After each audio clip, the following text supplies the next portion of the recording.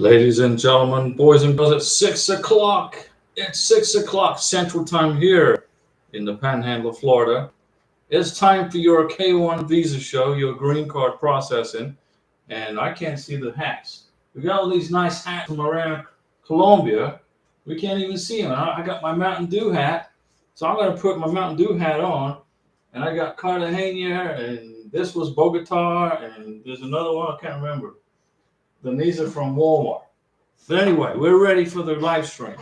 I'm not an immigration attorney. I don't give you any legal advice. I don't work for USCIS. I don't work for any of those companies that charge you an arm and a leg to process a simple green card or K1 visa. But I do give you my 9 years of experience for free. If you like the channel, what I give you, the information I give you, use it. Run with it. Take the information. Okay? Learn how to do this very simple process without spending $4,000 or $5,000 on immigration attorneys. You can use that money to make 2 trips to go see your beneficiary, right? The Philippines is a long way away. How far is the Philippines from the United States? What is it, 24 hours on a plane? Thailand, 24 hours on a plane, right? That's a long way. Those plane tickets are not cheap. So instead of spending $4,000 and paying it to an immigration attorney to fill out your paperwork, use it for plane tickets or your wedding or honeymoon. And Bud Garcia is in the house. Hello, Diego and Karina from Washington State. What's going on, Bud?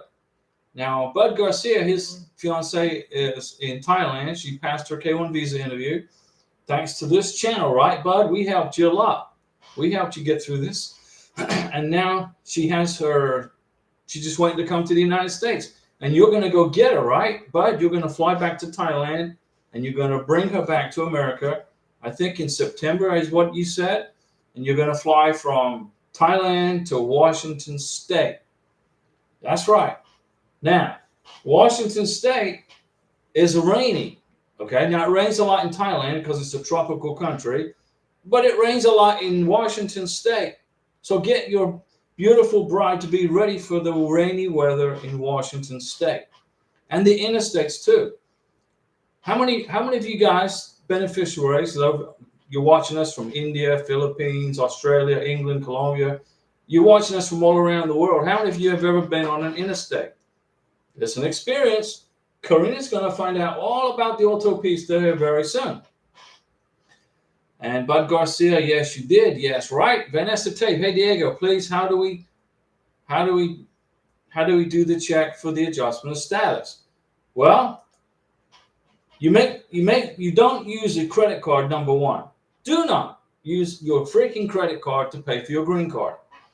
And you make the check out to right here. Listen, I'm gonna write it for you in this live stream there. U.S. Department of Homeland Security, right? Make sure I spell it right. You make out the check to the U.S. Department of Homeland Security. No abbreviations, okay?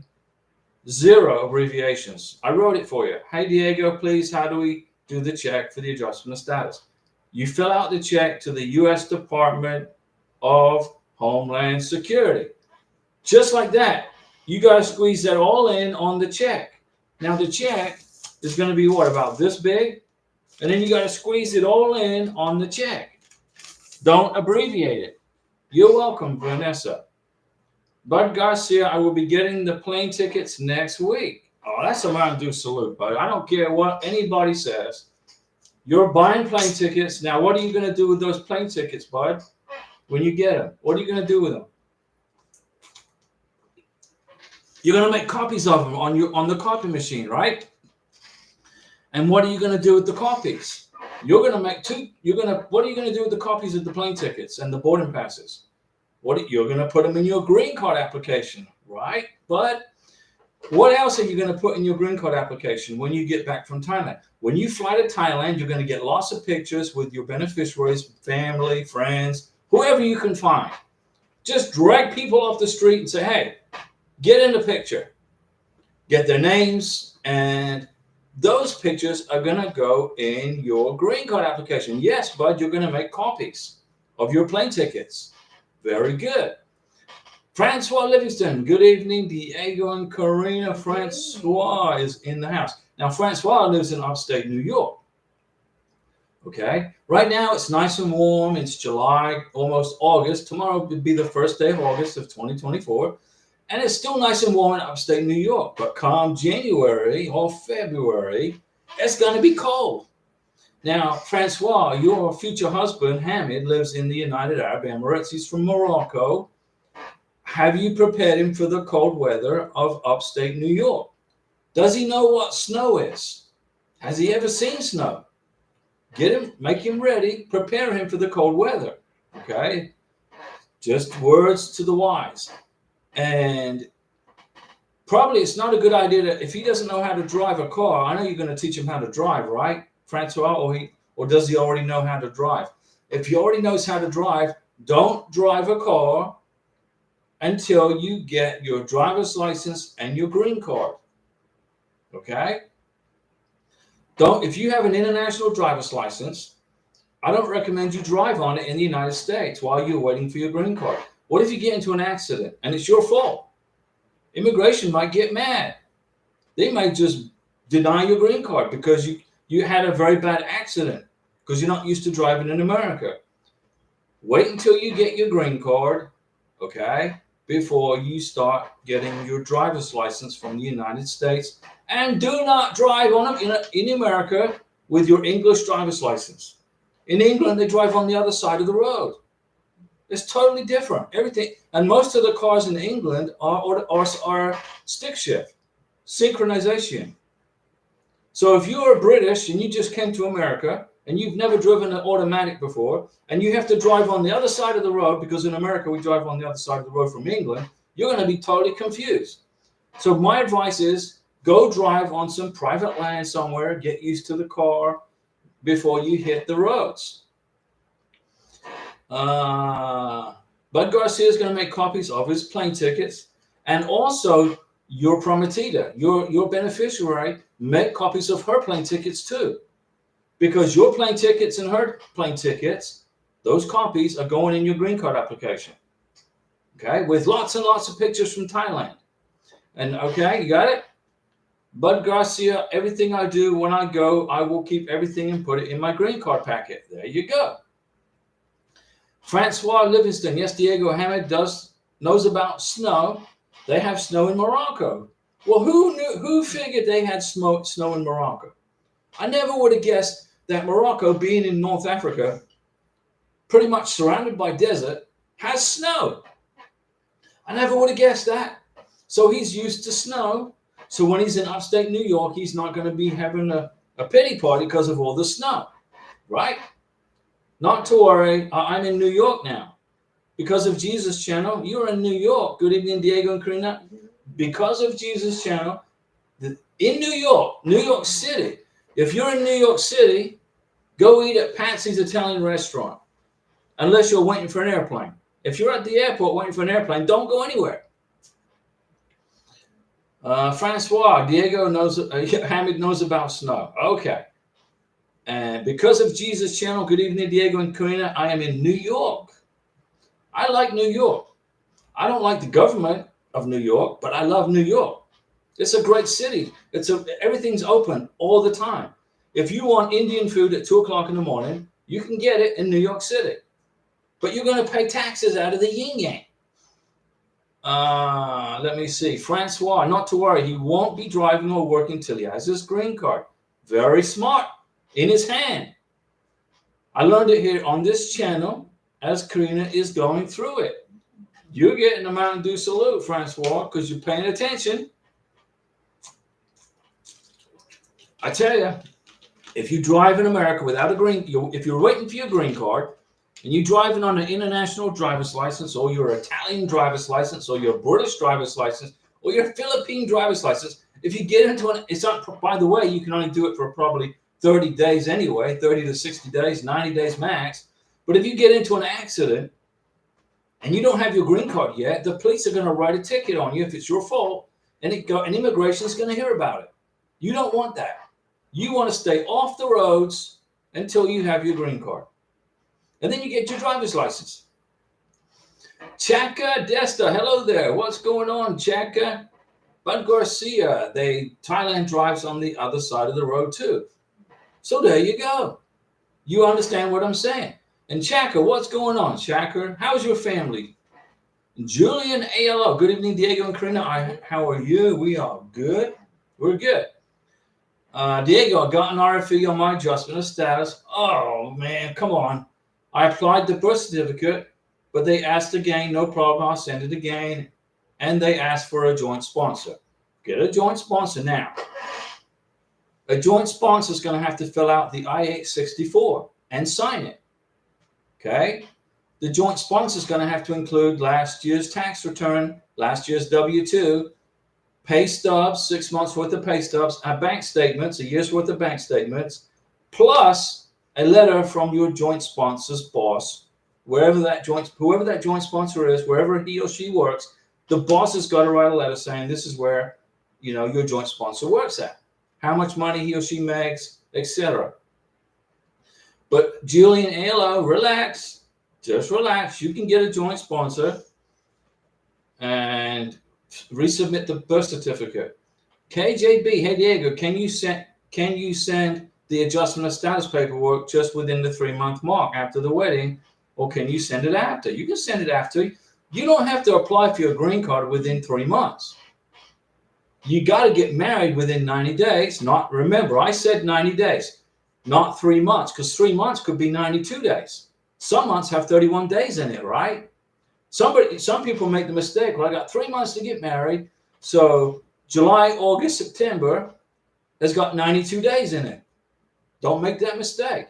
You get married within 90 days, then you can apply for the green card after the 90 days is expired if you want to. You can do that. My recommendation, though, is you get the green card processed in mailed off after about 60 days. You get married. You get all your paperwork together for your green card. You get on the bank statements. You get on the services bill. You're on the internet, the phone bill, the trash bill, the water bill. This is the beneficiary now. And you get the bills that come in. You make copies of the bills and you prove joint cohabitation. KJB, I did that answer your question. You don't have to apply for the green card within 90 days. You can do it after 90 days. But my recommendation is to do it about 60 days after you get married. Unless you got to save up for the green card fee, which is $1,440. That includes the biometrics, by the way. Francois Livingston, certain cities have snow in Morocco. Well, you know what? I went to the doctor and I said to the doctor, I said, hey, doctor, it hurts when I do this. It hurts when he said, you know what he said? He said, don't do that. I said, okay. So you just said certain cities in Morocco have snow. Well, guess what? When we go to Morocco for vacation in the future, we're not going to go to those cities. Wherever there's snow, I am nowhere near. I mean, I remember living in Albuquerque, New Mexico, years and years ago, 20 years plus. And in the wintertime, it would snow just a little bit. And I couldn't even drive on the interstate because the roads were so slippery. So I avoid snow. Nick Alejandro, been waiting for K1 visa interview dates. It's February for U.S. Embassy Dakar, which is in Senegal. Been checking the website every day. Okay, Nick, keep looking every day. Let me change it. Let me fix this camera a little bit because I'm kind of disappearing. But yeah, you keep looking, okay? You'll get an appointment, but you got to stay in contact with the embassy in Dakar, in Senegal. You got to send them emails every couple of weeks, because that will extend your NOA2 letter. If you look on your NOA2 letter, it says it's good for 4 months, the visa, right? Well, if you can't get an interview within that time frame, you got to stay in touch with the embassy so your NOA2 letter keeps getting extended. Julian ALO, they said that my wife doesn't make enough money. We are 2 and 3 kids, so that's 5 people. She makes $50,000, but they said it's not enough. Okay. Let's go over the numbers for 5 people. If you are a family of 5 people, 125% is $45,725. So you are $4,300, just above the minimum income requirements for 5 people. Immigration want to see a little bit more. Okay, I've been telling you guys this for the last 6 months. If you only make $2,000 or $3,000 above the minimum for the green card, 125%, get a joint sponsor. $50,000 is more than enough money for a family of 5. But immigration say the minimum income is $45,725, but you're, $4,300 short, just above 4,000 above. They want to see $6,000 or $7,000 when you're a family of 5. So even though immigration puts out these numbers and says you got to meet this much, you got to make this much money to qualify. If you are only $2,000 or $3,000 above the minimum, get a joint sponsor. Okay. Cozy Moth. Hello, Diego and Karina. Do you think once me and my fiance get approved during the interview with the situation of being unemployed and my joint sponsor that will be doing fine during the adjustment of status? Cozy Moth, you're not unemployed. You're a university student. So when you fill out the I-134, you're not going to put unemployed. Well, it says unemployed, right? But underneath it, you're going to say you are a university student. There's a big difference between being unemployed and being a university student. Okay? Immigration is going to see that you're a university student and mom is a joint sponsor. You're going to be fine. Okay? You'll be fine at the embassy interview and at the green card. Assuming that nothing changes about our financial situation and circumstances. No, Cozy Moth, you're good.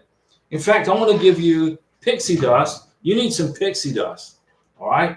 You're going to get some of Diego's pixie dust for luck. Now you're good. All right? You're good. Plus a Mountain Dew salute. How about that? And I was in Walmart with Karina, and Karina says this big thing that says Mountain Dew on it. It's like this big. It's like Mountain Dew. And Karina said, I want to buy that and put it in the back here for the live stream. And I said, I don't know, maybe. What do you think? You think we should get it?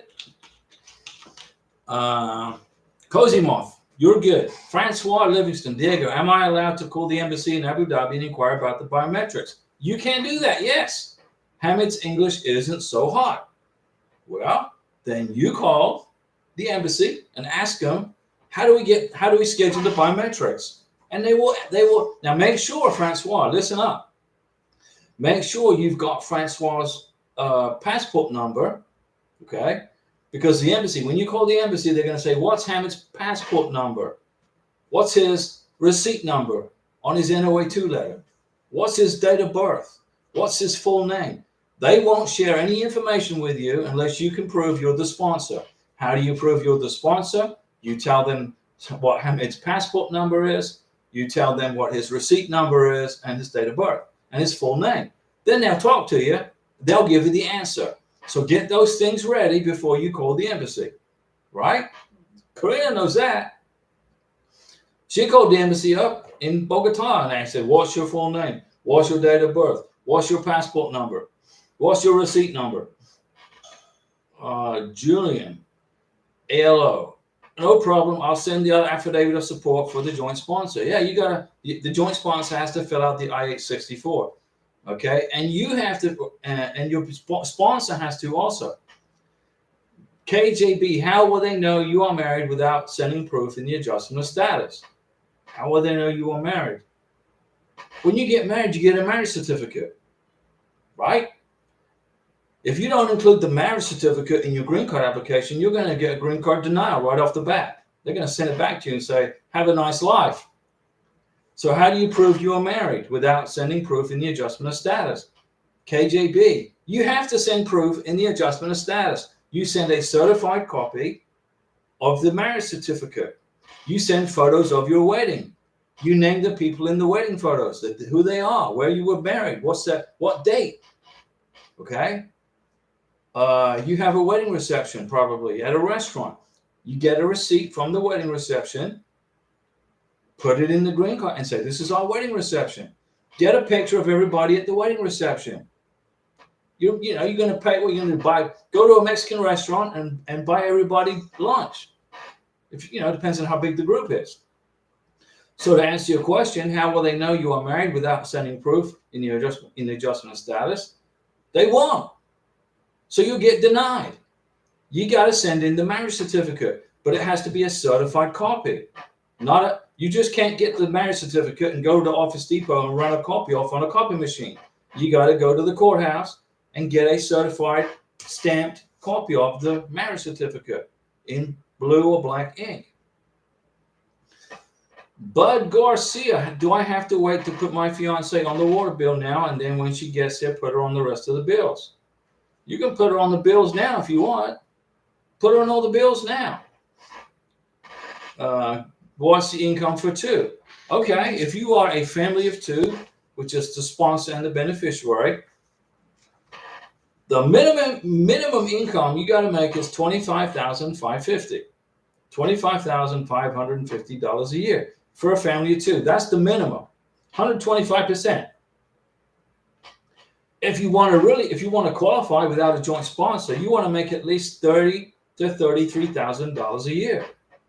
If you're only about $3,000 or $4,000 over the minimum, get a joint sponsor, okay, and include it in the green card. So that way you don't have to delay your green card package. Cosimo, thank you. You're good. Fazak, my fiance has done the 3 sputum test. Now this is in Burma, right? And doctor confirmed 2-month waiting period. I'm just taking it like your situation concerning Interpol clearance. Yeah. Karina went to her K1 visa interview and everything, and it was great. She passed it, and they said, yeah, your visa's approved. But, oh, by the way, we need an Interpol police certificate. And Karina's like, what the heck is that? They said, well, this is the email. You email these people. And then that's just the address. So Karina didn't. She just went straight down to Interpol in Bogota. She went in the front door of Interpol in Bogota and said, hey, guys, I need an Interpol police certificate. Here's my cedula for Colombia. Here's my cedula for Venezuela. Run my name through your computer. I need a freaking police certificate, an Interpol police certificate. And they said, okay. It took 4 weeks. So we were stuck in Colombia an extra month. I'm like, what the heck? I ran out of money. I had to ask Karina's brother to lend me some money to pay the rent on our apartment because I only took enough money for November. November 16th was Karina's K1 visa interview in Bogota, Colombia. I had enough cash till November 30th. I'm like, there's nothing wrong with this K1 visa package. That's perfect. And it was. But they threw a curveball. They said, Karina, you need an Interpol police certificate. And we're like, what the heck? There's nowhere on the U.S. Embassy website that says you got to have a freaking Interpol police certificate. Well, you lived in Colombia for 6 years. You're a Venezuelan living in Colombia. Why are you living in Colombia? Well, in Venezuela, we had no water. We had no medicine. We had no food.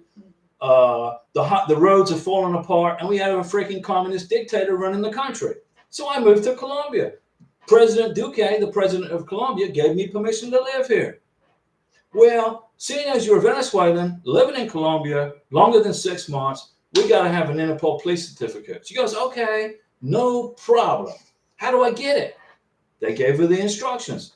She went straight down to Interpol. It took 4 weeks to get it. Karina made 3 trips to Interpol. She went in the front door. Hey, I want to speak to the FA. Where's the boss? Eventually, on the 3rd trip to Interpol, Karina spoke to the colonel in charge of Interpol for the entire country of Colombia. He's on the phone. Señora, bien, cálmate, bien. Señora, ¿qué más? Where's my Interpol police certificate? My freaking Venezuelan passport is in the U.S. Embassy in Bogota. I can't leave the country without the Interpol police certificate. That night, at 7 p.m., they emailed it to her.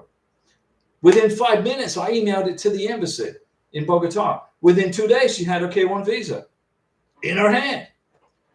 Karina was proactive. She went back there 3 times. They got sick of seeing, oh, it's Karina again. Quick, hurry, hide under the desk. She's on the phone with the colonel that runs Interpol. He overrode everybody. He said, He's calling people, get this lady her freaking Interpol police certificate by the end of the night. And she got it. So Fazak, we understand, okay? We went through it, and I'm in Colombia with enough money until November 30th, because you can't pay rent with my credit card. I had no cash because of this freaking Interpol police certificate. So I was going to call my brother in down the road, and Karina said, no. She said, my brothers can handle this. She got 5 brothers. So Karina called her brother, and he popped up with 3 million pesos. Boom. Just like that. So we had cash. We were good. And I paid him back. I mean, I paid him back in cash, but I was like, how do I pay the freaking rent? They have both come out of left field. Yeah, Fazak, it came out of left field for you guys on the sputum test. 3 of them, okay? But you'll get through this, like Karina got through this, okay? She was like, we got to do this, and she was so proactive. Francois Livingston, Pepsi ought to pay you for advertising Mountain Dew. No, they don't pay me a thing. But when you send super chats, we go to Walmart and we buy Mountain Dew. And in fact, if Pepsi sent me a message and said, hey, Diego, it's Mountain Dew salute, by the way, for Francois. If Pepsi contacted me and said, hey, Diego, we're going to pay you for advertising Mountain Dew on your channel. I said, it's not my channel. It's your channel. I would deny it. I wouldn't accept it. This is a free channel. It's totally free.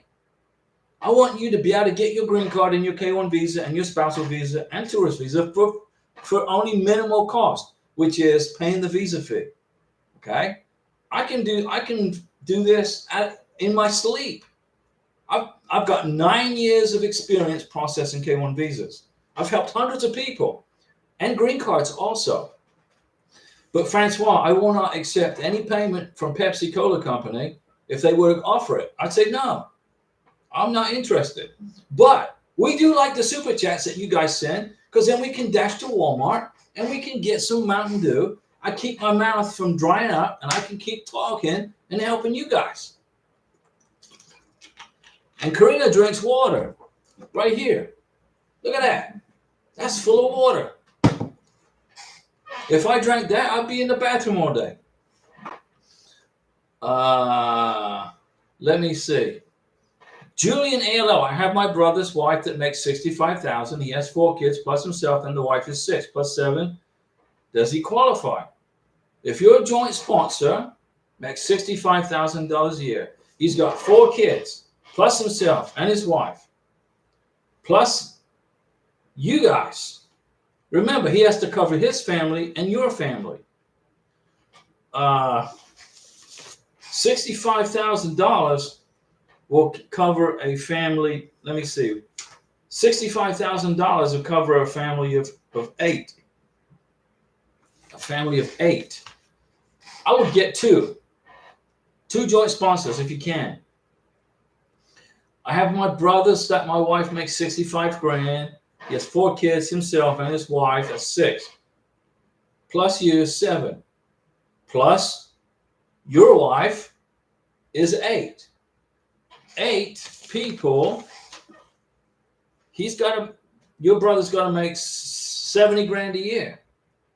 So you're about 5 grand short, because he's got a big family. But go ahead and use your brother as a joint sponsor. You got your money and the joint sponsor's money. So you should be okay. I don't think it's going to be a problem. KJB, I meant, how do they know we are married if we didn't do the adjustment of status within 90 days and send it in? Well, they don't.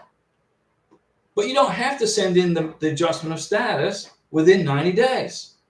You can wait 4 months if you want, 5 months, but I wouldn't go past 6 months. I would say the maximum you would wait before applying for the green card would be 6 months. After that, they're going to probably start asking questions. But you don't have to apply for the green card within 90 days. You have to get married within 90 days. So you get married within 90 days. Immigration couldn't care less about you proving it. as long as you do it within, I'd say, the max 6 months. They're not going to come hunt for you or look for you if they haven't received your green card application within 3 months or 90 days. Correction. They're not going to come look for you. After 6 months, who knows? Maybe. Rooster Diego, NOA2 expires 22nd of August. Received K1 FTP letter dated 2nd of July. Packet 3 email dated July 8th. When I pay the MRV fees and start the DS160, does it extend the NOA2 letter? Yes. When you submit the DS160, pay the visa fee, and schedule the visa interview, your NOA2 letter is automatically extended to the date of your visa interview. Okay? So relax. Karina's NOA2 letter expired September 16, 2023. I couldn't schedule a visa interview till November 16th. So her NOA2 letter expired for 2 months. But I had maintained contact with the embassy in Bogota. Eugene Bentz. Hello, Diego and Karina. How do we change the last name? Well, when you get married, when you fill out the 485, the adjustment of status paperwork, on page 1, you're going to change the last name to your married name. On the 485, when you fill out the adjustment of status paperwork, okay, you're going to fill out form 485. On page 1, right here, they ask you right here, is a question. This is where you change your last name, right? They ask you, what is your current legal name? Well, your current legal name is Karina Ross. So what's Karina's current legal name? Right here, it's going to be Ross, Karina, and her middle name, right here. That's her legal name. Okay, have you other names you have used since you were born? Well, Karina's put in here her maiden name, her name Karina, and her middle name. So when immigration got her green card application, they submitted her green card with her married name of Karina Ross from page 1 of the 485. But you got to put the maiden name on there as the second part, okay? It's easy, guys. Let's see. Karina, take control of this because I got more questions I got to ask here. Bud Garcia, okay, because I make 70,000. You're good. You're good, Bud. France, Best Music 00. That's a cool name. Best Music. Hello, dear Diego. I just want to say thank you for all your advice. We got married 5 months ago, and she received her green card. Best Music. That's the best news today. So you're getting a Mountain Dew salute. Congratulations, Best Music 00. You got your green card. Now, listen. You got to keep collecting evidence for your 10-year green card. You got your 2-year green card. Now you got to work on your 10-year green card. Keep saving the evidence. Okay? You're on the water bill. You're on the trash bill. You're on the phone bill. You're on this bill, that bill. You're on this and that and that. 3 months before your 2-year green card expires, Best Music 00, you got to apply for your 10-year green card. If you don't, there'll be a problem. But congratulations. Francois, I'm waiting for my new passport, so the embassy has my old passport number. And I do have all the other necessary documents to prove who I am. Francois, they couldn't care less about your passport number. They want to know what Hamid's passport number. When you call the embassy in Abu Dhabi, they're going to ask you for Hamid's passport number, not for your passport number. They couldn't care less what your passport number is. They don't care. They care that you know Hamid's passport number. Amal Khan, we applied for the K1 visa in July of 2023. It's been a year now, but still my case in the U.S. Why is the process so slow? Amal Khan, you applied for your K1 visa July of 2023. So it's been 12 months. So let's say next month you're going to hear from immigration. In August, you're going to hear from them. Francois, I only said that because you are a Mountain Dew #1 fan. Look, when I was in the United States Navy, and I've been working for 8 days straight and probably on 2 hours of sleep, Mountain Dew kept me awake. So I kind of got accustomed to Mountain Dew and it tastes good too. But I couldn't get it in Colombia. They don't sell Mountain Dew in Colombia. So I went 2.5 years without Mountain Dew. So I'm making up for it now. Larry Piercy, hi, Diego. Could you tell me again, please, what I need to take to the Social Security Administration to get the Social Security card? Number one, Form I-94. Form I-94. I write it down here, Larry. I want to write it in capital letters for you because you like writing in capitals.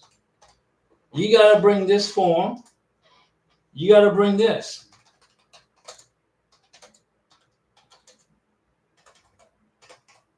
You got to bring this with you.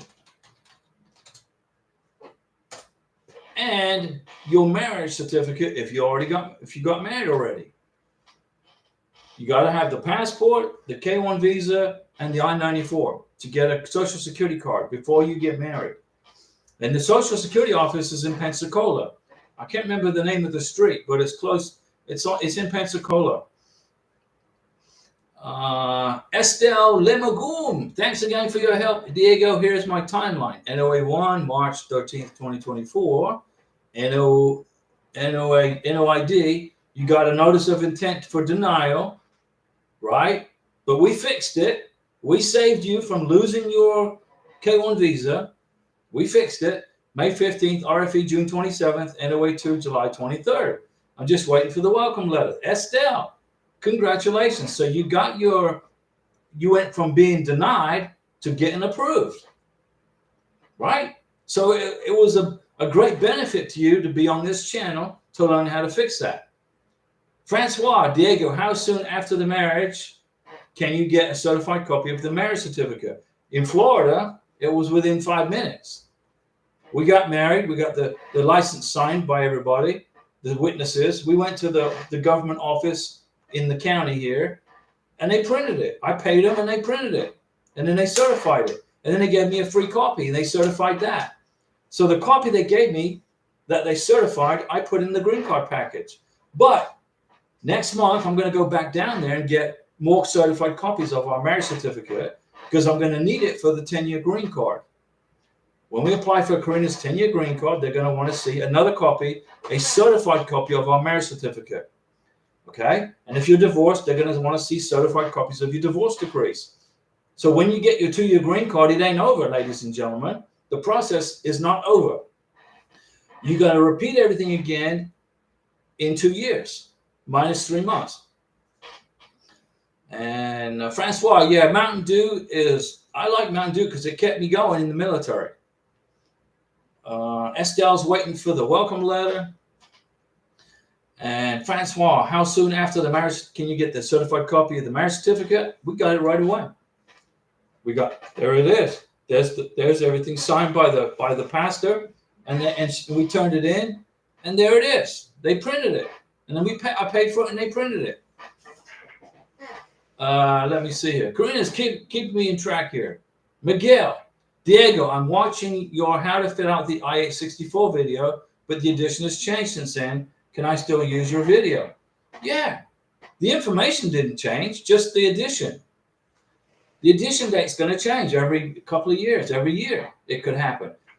What I could do is remake the video, but the information, the contents didn't change, only the edition date. So the video is still good, but just make sure and pay attention that you use the right edition. Larry Piercy, let's do next Tuesday at the Roadhouse, 1730. Okay, great, Larry. So Texas Roadhouse at 5:30 p.m. next Tuesday, Martes. Great idea. Larry, did you do a quick claim deed to add Karina to the house? Yes, I did. Larry Piercy, hi bud. Larry Piercy, I am going to put my last name on her name on quick claim deed. Well, go to the property, go to the tax, wherever you pay your freaking taxes for your house, okay, in Pensacola, wherever it is, those are the folks that will put your new wife's name to be on the house, okay? And then you get a copy of it, and you make a copy, you print a copy of it, and you include that in the green card application. Very important. Immigration is going to see your new wife is on your house as a co-owner. Okay? That's a big, massive, well done on your green card application. Okay? Amal Khan, thank you so much, dear, for answering. No problem. We're here for you. This is your YouTube channel, guys. It's for you guys. I did a live stream a couple of days ago, and somebody did a, oh, I don't like this. Most of you guys say like. This one person said, no, I didn't like this. Oh, well, don't watch the channel. Go watch the Disney Channel. I'm like, okay, if you don't like something about what we're doing here, write in here what you don't like. And I can maybe, if it's a problem I can fix, maybe something that you didn't agree with, that's good. I don't care. If you have an opposing opinion on what I say, it's all good. I'm not going to block you. But if you just don't, I don't like this, I'll grow up, you know. If you don't like something, tell me what it is you don't like. And if I can correct something, I'll correct it. But if you're offended, go play in another sandpit. Francois, congratulations to Estelle. Yeah, Estelle, great job. Larry Piercy got the I-94. Double A. I like that. Double A. Is that like a tennis? In tennis, right? No, that's not. That's a double something else. Hi, Diego. We just got the welcome letter from the National Visa Center, and our case is in transit. How long does it take to get there? And also, do we have to submit the affidavit of support or any form to the NVC? No. If you're in a K-1 visa, double A. If you're in a K-1 visa, you don't submit anything to the National Visa Center. You don't upload anything. Only if you are in a spousal visa. If you're in a spousal visa, CR1 or an IR1, then you got to get documentary qualified and you got to upload all this crazy stuff to the NVC. If you're in a K-1 visa application, you don't upload anything. Nothing. The NVC gets it, and then they check it to make sure there's no mistakes, that they didn't catch it USCIS. If everything checks out, they will put it on a plane and fly it to the country. But you didn't tell me what country. Double A. What country are we talking about? Larry Piercy, I-94 check. Estelle, thanks. Francois, 66. Hello, Diego from Maryland. Hey, Maryland, great. I sent my adjustment of status package, but I forgot to include my original birth certificate. I only included the translated one. Well, you don't include any original birth certificates in your green card application. You get certified copies. You don't include any original anything other than, no, nothing. Nothing's original. When you apply for your green card, you get certified copy of your marriage certificate. You get certified copy of your divorce decree or annulment or death certificate. You get certified copy of your birth certificate, or use your, let me see here. You only included the translated one. Well, they want to see the form. They want to see what it is you translated from. So like Karina has her birth certificates from Venezuela. So we got a certified copy of it for the green card package, and then we translated it into English. Okay? Just use certified copies. If you forgot to include it, they're going to ask you for it. You're going to probably get an RFE. Okay? Probably, maybe. They're going to ask you for the certified copy of the birth certificate. But don't include the original, because you're not going to get it back. You won't ever see it again. 66, they're going to probably ask you for it. So be ready for an RFE, okay? But maybe they won't, but I think they probably will. Adjo O Salazzo. I have an ex-wife that's from Medellin. Right? Now I have an approval K-1 with a current girlfriend. Do I add the ex-wife to the affidavit of support? Ex-wife didn't get her 10-year green card. Let me explain that to you. Adjo Calazzo. You have an ex-wife that's from Medellin. Does she live in Medellin?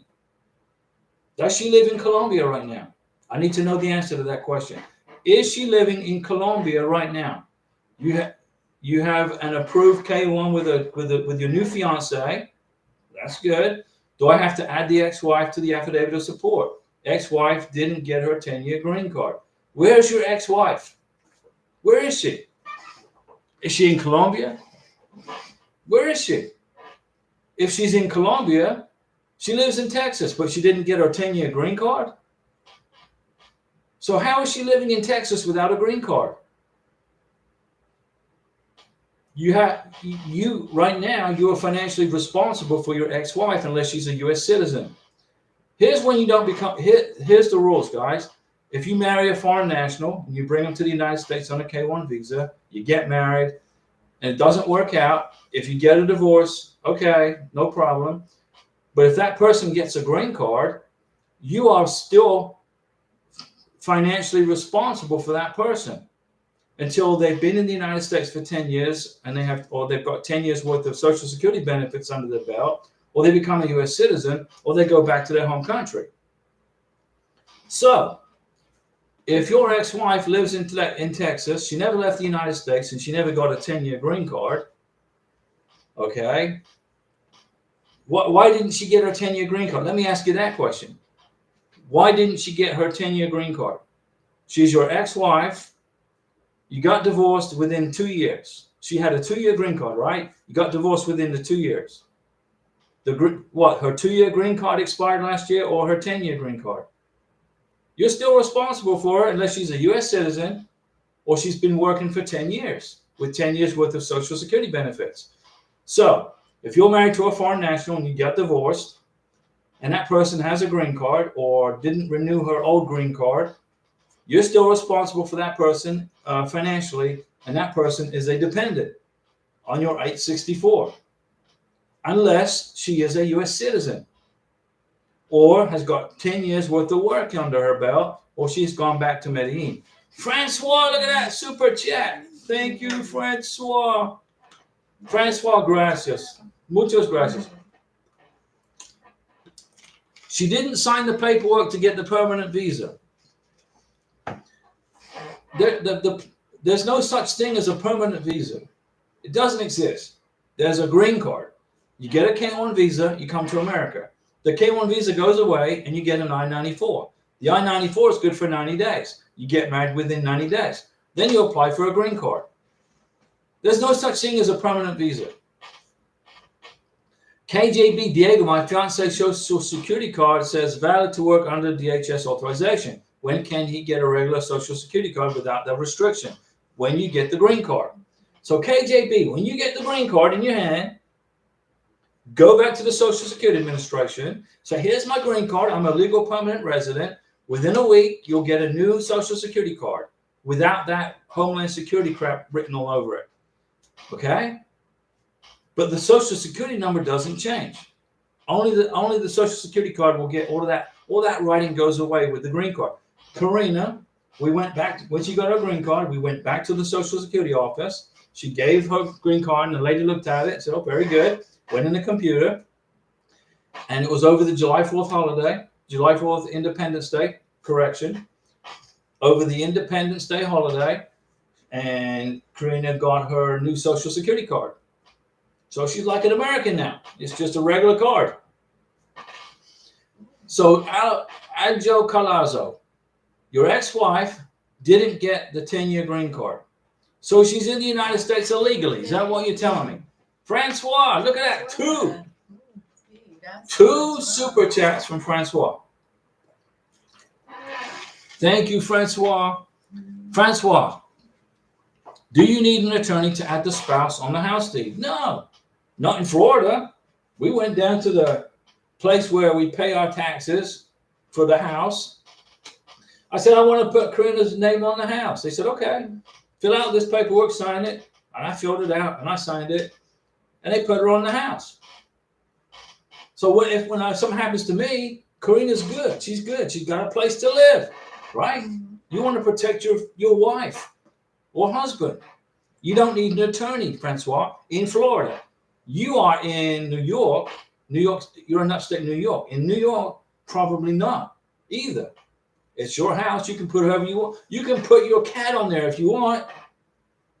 You can put your cat, your next door neighbor, your second cousin. You just got to fill out paperwork and give it back to the lady or the gentleman. And then in the computer, they'll add his name to your house. Then make sure you get a printout of the deed or whatever the paperwork is. and include that in the green card application. Amo Khan, you are a very kind-hearted person. God bless you. Amo. I don't want to see anybody separated from their loved ones. I don't like to see that. I know how I felt. I was in Florida and Karina was in Colombia. We were separated for almost a year. I couldn't stand it. I didn't like it, but it was at the tail end of COVID. So, the embassies were running a little slow. But if you're patient, if you're patient and you understand that when the time passes, everything's going to be just fine. You got to keep a level head. Don't be panicking. Well, I'm not going to get my visa. I'm not going to get my green card. You're going to get it. Just got to be patient. We waited 22 months. It took 22 months. Now it's about 12 to 13 months. Larry Piercy, repeat that quick claim location to go to get the copy right away. Go wherever you pay your house taxes. In where you live in Escambia County, right? Wherever you pay your taxes on your house, go to that office in Escambia County, and that's where you put your new wife on the house. And then make sure you get a copy of the deed. 6-6, how long after you submitted the adjustment of status package did you get your NOA-1? Well, it was Karina submitted her green card application February 29th of 2024, and she got her letter, her green card approval letter. It was in probably June. So March, April, May, about 3 months. KJB, do you also have to include a divorce decree on the adjustment of status? Yes, you do. A certified copy. I thought after getting married, the marriage certificate is all that matters. That's not correct. You still have to prove that you are still legally free and able to marry. If you are divorced, okay, no biggie, things happen. If your husband or wife passed away, I'm sorry to hear it, but you're going to have a death certificate. If your marriage was annulled, you're going to have an annulment. You got to put the certified copy of the divorce decree, the annulment of the marriage, or the death certificate in the green card application. You got to keep repeating yourself. Okay?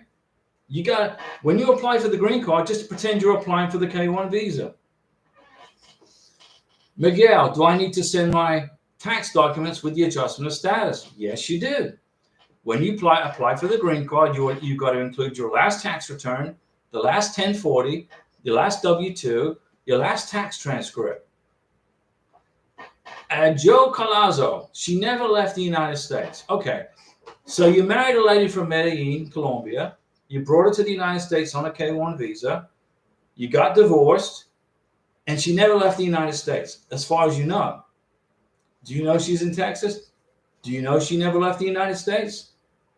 So, if that's the situation, you can write a letter of explanation.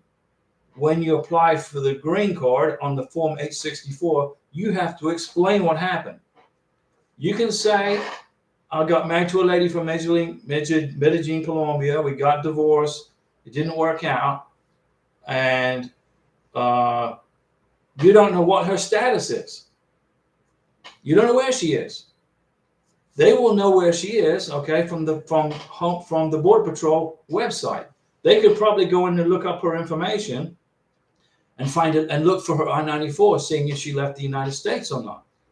But as far as you're concerned, if you all got divorced and then she bailed, she left, and she didn't renew her green card application, then it's not your problem. So if she's on an expired green card, she's in the United States illegally, which means you are not responsible for her, which means you don't have to include her on the 864. But if she has a green card that is active, that didn't expire, then she's a legal permanent resident of the United States, and you have to include her as a dependent on your 864. But if she doesn't have a green card, if she's in the United States illegally, it's not your problem, and you don't have to include her on the 864. But if she has a green card and it's not expired, if it's active, you got to include her. You didn't sign the paperwork to get the permanent green card, not visa. Okay. Then she's in the United States illegally, not your problem. Because of Jesus channel, when I get my green card, do I need to apply for a work permit? No.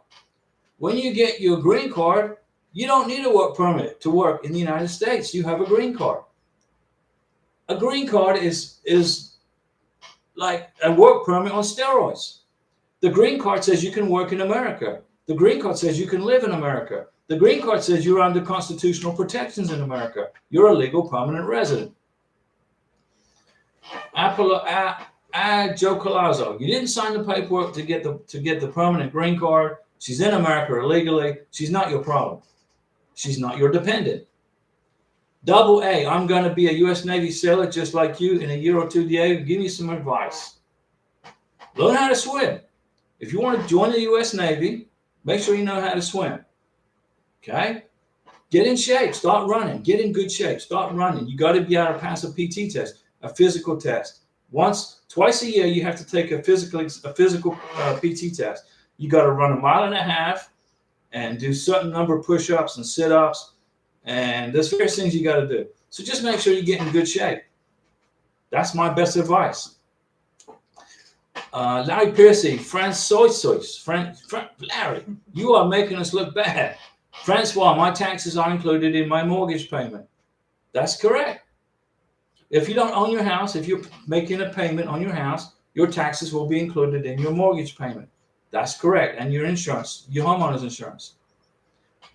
Joe Colazzo, I brought her with a CR1. So you got married in Colombia.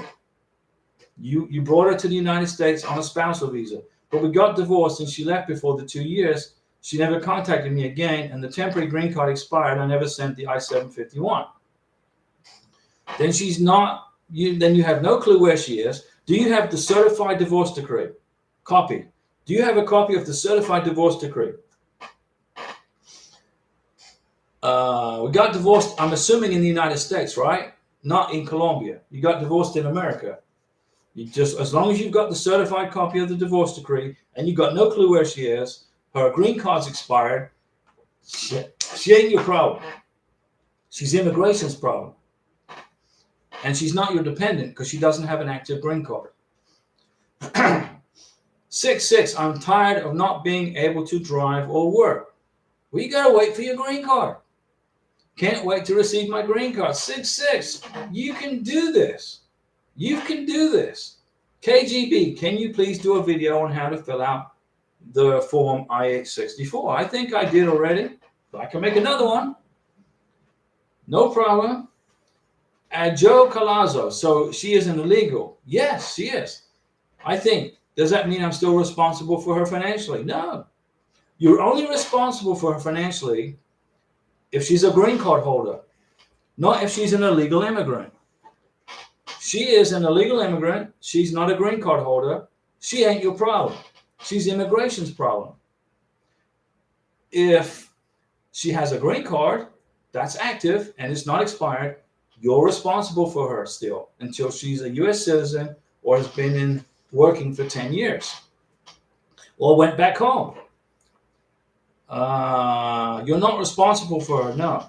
KJB, I'll make a new video for you on Form 864.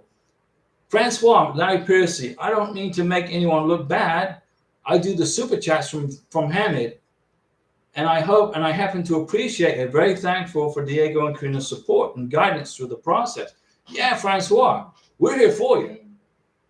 We helped you go through a bunch of stuff, and I probably saved you $6,000 at least in immigration attorney fees. And you help us by keeping me filled with Mountain Dew. That's a good deal right there. We appreciate it. So a Mountain Dew salute to Francois and also to Larry because he's going to buy us lunch or dinner. Miguel to KJB. He does have a video. It's in the channel. Yeah, I have a video on how to fill out the form I-864. If you go into the channel and it says search through the channel, just type in I-864 and you'll find the video. But remember, the forms change, the edition dates change. Okay, the edition dates on forms change. But The content doesn't. Now, when the content changes, let's suppose they revamp the I-129F. They redo the I-129F. They totally revamp it. It's all different. I'll make a new video on the updated content. But if the edition date changes, nothing. The content doesn't change. Just make sure you use the right edition date. Larry Piercy, I'm kidding you, Francois. You are cool. KJB, thank you. You're welcome. Now, remember, guys, this is your YouTube channel. There's nothing I don't know how to answer on this in the immigration regarding K1s and green cards. I know the answer pretty much to 99.9% of everything you want to know. Okay? If I don't know, I'll tell you, because I don't want you to make a mistake in your package or your paperwork. But I know pretty much everything. And like I said, you can have 2 K1 visas, okay? That's the max you can have without a waiver. You get 2 K1 visas. First one doesn't work out, okay? If the person is still in the United States with a green card, active green card, you're still responsible for that person even if you're divorced, okay? And they have to be claimed as a dependent. But if they become a U.S. citizen, they return back to their home country, or they've been working for 10 years, then you're not responsible for them. But I'm taking care of Karina, and Karina's working. She's doing good. She's probably making more money than I am. She's knocking it out, right? She's doing good. She needs to get her driver's license. She'll get it soon in September, but we're going to make sure that Karina is proficient and knows the deal. I don't want to put her on the roads and then she get into an accident, because there's a lot of stupid people out there. I was dropping off a bike to get some repairs done on a bicycle, and right outside of the bicycle store, this big truck slammed into this little car. Kaboom! Like 50 feet from me, because the store is on the corner of the road. It's like kaboom! This lady's airbag went up in her face. The guy's truck crushed the front. And I'm like, what the heck? You can get in an accident very easily, guys, if you don't know what the heck you're doing, and if you don't pay attention and you don't concentrate on what you're doing. So when you come to America, okay, get your U.S. driver's license, but please pay attention when you're driving. Assume everybody around you is an idiot. Number one. So you're driving down the road, you're on the interstate. You're on interstate, I don't know, 25. You're heading to Santa Fe, New Mexico. You're on interstate 25. Assume everybody around you is an idiot. And be driving defensively. If you're on a little country road, okay, let's suppose you're driving in Nevada, in the desert in Nevada. In Nevada, there's a lot of cattle. There's a lot of cows. They just wander across the road. If you're driving in Nevada at 2 o'clock in the morning because you want to check out the stars and look for aliens or whatever, the cows will walk across the road, and you got to be very careful you don't hit them. Just when you come to America, make sure that your sponsor helps you and trains you and prepares you for driving in the United States. And my best advice is this: if you're driving in America, I don't care what road it is you're on, what interstate, what highway, just assume everybody around you is a total idiot and they're out to hit you. Then that way you won't get into an accident. Drive defensively. Chris and Emma, Larry Piercy wants Texas Roadhouse. Yeah, what forms are you focusing on? Well, we're going to go over the green card stuff now. Larry Piercy, you're buying Thailand a Ford Pinto. You're buying the country of Thailand a Ford Pinto, or you're going to buy your Thai wife a Ford Pinto? She drives like roller derby and on the wrong side of the street. I'm just telling you guys, I drove in Italy for 3 years. I drove in Sicily for 3 years. I was in the Navy. I got stationed in Sicily. And I'm driving like an Italian, running through red lights and everything because the other person is stopping on the green light. Everything is in reverse in Sicily. You run the red lights and you stop on the green lights. And you drive up on the sidewalk and you drive up on the pavement and you go around and you make 5 lanes of traffic in a 2-lane highway. So for 3 years, I'm driving in Italy, in Sicily. I had to go to a 2-hour class before I came back to the United States on how to drive properly again. I'm serious. Larry Piercy's talking to Chris and Emil. Francois. Diego, when Hamid goes to Morocco, how long do you recommend he stays there to visit his family? Since he is on a K1 visa, he wants to stay 3 weeks. 3 weeks too long. 2 weeks max. 10 days. 10 days. Chris and Emil's talking to Larry Piercy. Francois, I do plan to fly to Morocco and accompany him back to the United States. 2 weeks, Francois, is the longest I would say I would stay there.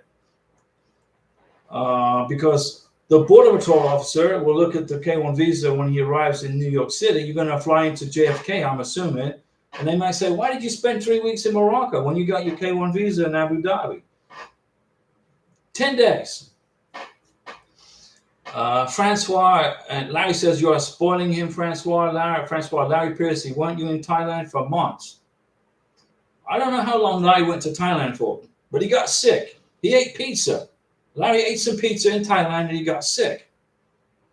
If I ever went to Thailand, I would be eating Thai curry, chicken red curry, or yellow curry, or green curry. I won't be eating pizza in Thailand. I'm eating curry. Larry Piercy, my wife is remedial driver. Okay. Chris and Emma, my future wife will be here sometime in October or November. Why November? But try to get her here before the elections. Get her here before the elections. Let her have an experience of a U.S. election. Let her watch an election in the United States. The electoral vote count. Because we're a constitutional republic, remember, we have an electoral count. Electoral vote count. We don't have a popular vote. We're not a democracy. In a democracy, you have a popular vote. We're a republic, so we have an electoral college count. So, check out the election. Let's just make sure you don't pay attention to what's going on in Venezuela, because that was the biggest fraud I've ever seen in my life. Right? I'm serious. That was a massive fraud. It's just my opinion.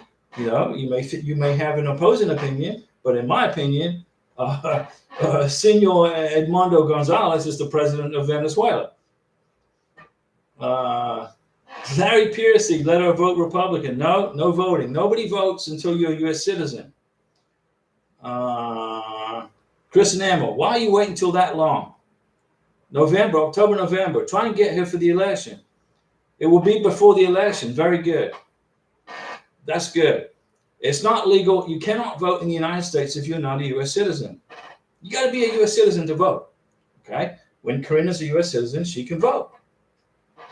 Right now she can't, but she can come with me and watch what I do. She can accompany me to the election office, and I'm going to go vote in person. I'm not going to play this mail-in ballot stuff. I'm going face-to-face. Larry Piercy, you knew that Venezuela thing was going to happen. We knew. Like the 2020 election here. That's correct.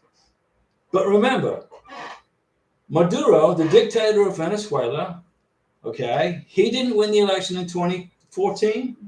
He didn't win the election in 2018, I think it is. He hasn't ever once won an election in Venezuela. He's always stolen an election. It's three times he's done it. But this time around, the Venezuelan people, they're getting angry. Okay, and the United States, what happened? What did Panama do? The Panamanian government said, you're not allowed to fly planes into Panama anymore, Venezuela. You're done. Dominican Republic, you're done. The president of Argentina told Maduro he's just a commie dictator. The president of Peru doesn't recognize the election. The president of, Mexico, he's a socialist. He's like, I don't think so. And he's a socialist. Pretty much all of South America and Central America, other than Nicaragua and Bolivia, everybody's telling Maduro, you're a freaking fraud. I'm serious. But the United States needs to step up to the plate and say, look, Maduro, you need to pack your stuff. Go find another place to live. Cuba's nice.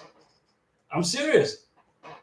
Just my opinion. I'm not, Chris and Emma, she will be going to do her interview in September. Okay, the K1 visa interview in September. She is trying to clear up the NBI process in Manila. I got you. I understand. Well, I'm going to give you Mamadou Salute, and I'm going to give you pixie dust. I'm going to put all this pixie dust on you for the NBI to get cleared up, and a Mountain Dew Salute to get the NBI cleared up. So that's double right there. Larry Piercy, and what can you do? The people need to stand up like in 1776. You would think so, right? But you got to remember, the first thing Maduro did when he became president on his first fraud election, in my opinion, he disarmed everybody. They had these gun buyback programs and they whatever, blah, blah, blah. They took away everybody's guns. Once the law-abiding Venezuelans had been disarmed, what did he do?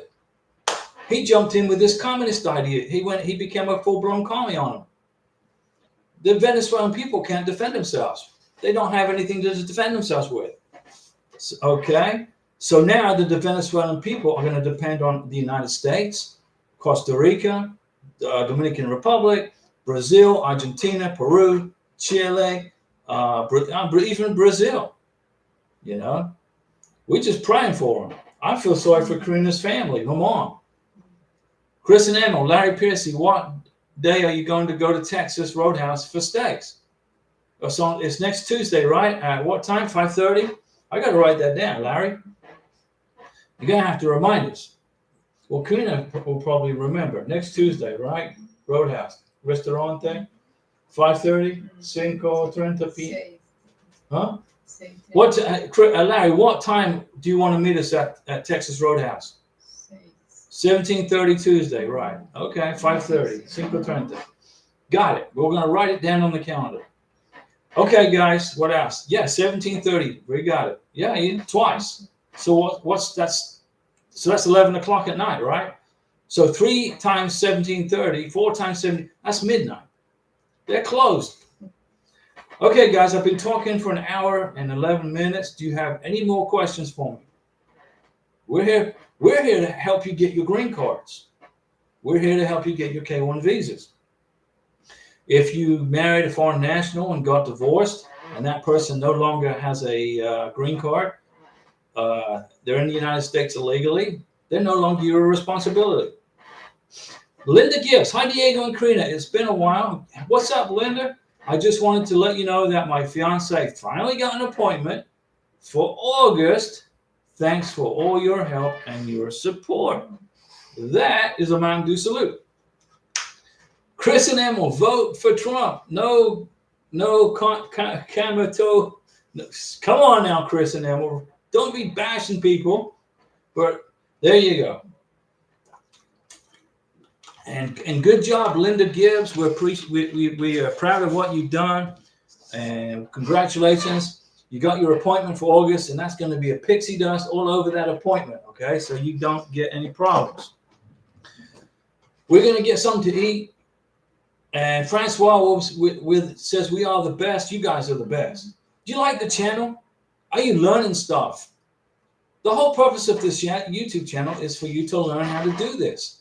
So you don't have to freaking pay all these immigration attorneys, okay? They cost a lot of money. $4,000, $5,000. Okay. Now, I'm not saying an immigration attorney does a bad job. For the most part, they do a fantastic job. But you don't need to. The only time you need an immigration attorney is if you have a criminal record, Mr. Sponsor, Miss Sponsor. You got a criminal record.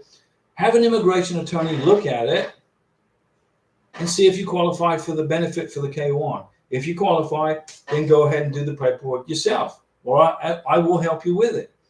Okay, Larry, we'll see you all. We're out of here. I got to eat something. Tango Amber. Thanks for those super chats, Francois, and we'll see you guys on, what day is it today? Lunes? Huh?